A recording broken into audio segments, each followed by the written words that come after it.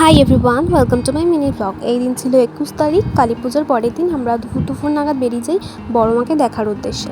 গত বছরের মতন এবছরও আমরা গাড়ি নিয়ে যাই, কারণ ট্রেনে করে যাওয়ার দুঃসাহসটা আর এবছর দেখাইনি। তো আমাকে নতুন ক্লাসটা পড়ে কেমন লাগছে অবশ্যই কিন্তু জানিও।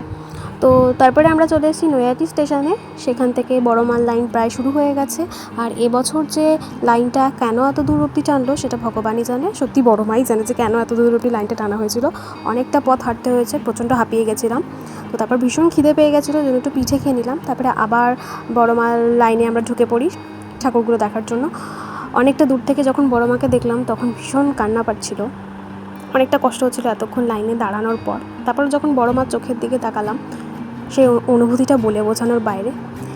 দূর থেকে বড় মাকে আবার একটুখানি দেখে নিলাম, শুধু একটাই কথা বললাম, যাই হোক মনের ইচ্ছেগুলো পূরণ করে দিও মা, সবাইকে ভালো রেখো, আমার পরিবারটাকে সুস্থ রেখো। তারপরে একটু বোম্বে বিরিয়ানি খেলাম। এতদিন বাদে আমরা অনেক বছর হয়ে গেল বোম্বে বিরিয়ানি এখানে নতুন ওপেন হয়েছে নৈহাটিতে, আজই টেস্ট করলাম, মোটামুটি লাগলো। তারপরে আমরা আবার হাইওয়ে ধরে নিলাম, আর বেশ রাস্তা ফাঁকাই ছিল আর খুব সুন্দর লাগছিল দেখতে। আর এখন চলে এসেছি আমরা হালি শহরে। আর এখানে সুন্দর কয়েকটা দারুণ লাইটিং করেছিল, টুকটুক করে কয়েকটা ছবি তুলে নিয়েছি, যেগুলো ফেসবুকে পোস্ট আছে, চাইলে দেখে নিতে পারো।